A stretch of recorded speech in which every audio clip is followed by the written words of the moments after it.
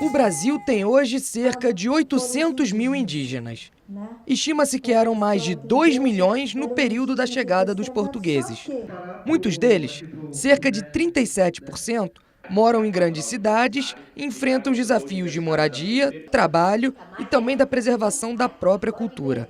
Na região norte, onde vive a maior parte da população indígena do país, a disputa pela terra, o desmatamento da floresta e o impacto de grandes obras como a usina de Belo Monte representam mais desafios.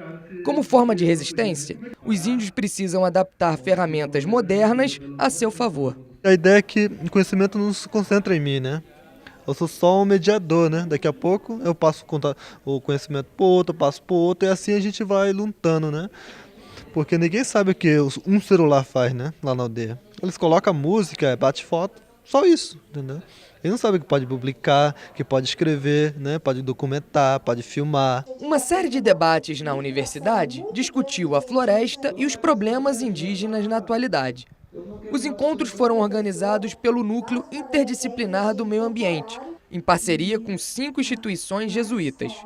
Um dos temas abordados foi o impacto do desmatamento, que leva à escassez de alimentos e à migração para regiões urbanas. De acordo com o levantamento do IBGE, cerca de 315 mil indígenas estão nas grandes cidades.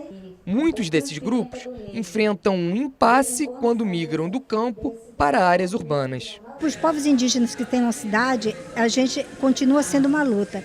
Vamos colocar aqui como exemplo, por exemplo, as escolas indígenas. Então, as escolas indígenas elas são construídas dentro das aldeias, tem escolas indígenas lá dentro. Agora, na cidade não existe esse reconhecimento, porque o próprio poder público diz assim, não, se o índio está na cidade, ele deixou de ser índio, não é mais índio. Então, a nossa luta não, nós continuamos indígenas, a nossa espiritualidade indígena, ela está conosco, seja na aldeia ou seja dentro da cidade. Uma das tradições indígenas perdidas na cidade foi a do parto feito por parteiras. Como uma tentativa de manter viva a cultura indígena, algumas escolas de saberes tradicionais tentam repassar técnicas naturais, como a pimenta para acelerar o trabalho de parto e as cascas de frutas para a recuperação após o nascimento. A nossa mestra, parteira tradicional, Sueli Carvalho, que herdou, né, da sua linhagem ancestral esses saberes tradicionais, ela criou a Esquita, a Escola de Saberes, Cultura e Tradição Ancestral, justamente para amparar essas mulheres que estão nascendo nos meios urbanos com o dom, né, da parteria tradicional. A perda de identidade cultural aflige jovens indígenas e não indígenas, que vivem na Amazônia e regiões próximas. Instituições jesuítas como a Magis atuam na região junto aos jovens para promover a conscientização a partir de atividades ambientais, culturais e espirituais. Há 4 anos, Menkel trabalha para a Magis e hoje organiza atividades na cidade de Capim Grosso, na Bahia. Não se trata apenas de uma mazela biológica, estrutural, fisiológica. Também tem tudo isso aí presente, mas sobretudo na perda do próprio ethos cultural amazônico, que se altera e que entra em colapso ou se põe em risco. A falta de políticas públicas voltadas para a juventude amazônica resulta em diversos problemas sociais, como o analfabetismo e o desemprego. Por isso, o trabalho de pesquisas integrado de ONGs e instituições de ensino é a principal ferramenta de mudança. Universidades jesuítas como a PUC-Rio e a PUJ de Bogotá desenvolveram um banco de dados que reúne pesquisas acadêmicas de diversas áreas sobre a Amazônia. Em geral, as universidades creemos como centros de conhecimento, como centros de investigación, somos los responsables realmente de sentarnos a pensar las grandes problemáticas. A educação é que muda o indivíduo, né? O que faz o indivíduo perceber um pouco mais as conexões com o seu entorno, né? Então eu acho que uma educação ambiental consciente, não é, integrada, né, na vida do cidadão é o único caminho. Mas essa transformação integrada não é um movimento só das universidades. A luta indígena ganhou mais força e hoje índios de diferentes aldeias começaram a se organizar de forma coesa para manter seus direitos. O acampamento Terra Livre de 2017 foi a maior mobilização indígena dos últimos 10 anos, reunindo cerca de 3.000 índios em Brasília.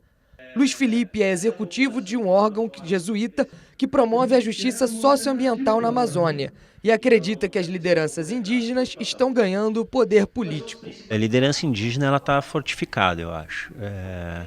A gente passou por um movimento inicial, uma década ou duas atrás, de as organizações e associações indígenas se ramificaram muito, tiveram que entrar naquela lógica do CNPJ, cada uma comprou suas próprias demandas e isso, de alguma forma, pulverizou um pouco a luta indígena no Brasil. Hoje, frente a todas essas ameaças, a gente sente que está tendo de novo uma reunião dessas lideranças. As mulheres também assumem um papel muito importante na mobilização dos povos indígenas. Nas comunidades, a figura feminina é vista como fonte de conhecimento. A mulher, ela tem o papel de ser sempre a transmissora do conhecimento dos saberes ancestrais. Então, ela é a guardiã dos saberes. Começa que a terra é mãe, a água é mãe, a mata é mãe. Então, isso tudo já nos traz uma ideia de que, sendo ela a guardiã dos saberes, ela também é a educadora. No entanto, o empoderamento das mulheres nas aldeias ocorre de modo diferente das cidades. Para esta psicóloga, é por esse motivo que não é possível comparar o papel das mulheres no meio rural e urbano. A gente chega com uma lógica do feminismo branco, tem um olhar em relação àquela situação, enxerga muitas vezes como uma situação de machismo, desconsiderando a sabedoria feminina daquela mulher, de como que ela constrói as possibilidades de luta dentro daquela comunidade. A cultura indígena tem um outro movimento, tem um outro tempo, tem um outro olhar, por isso ela é diferenciada.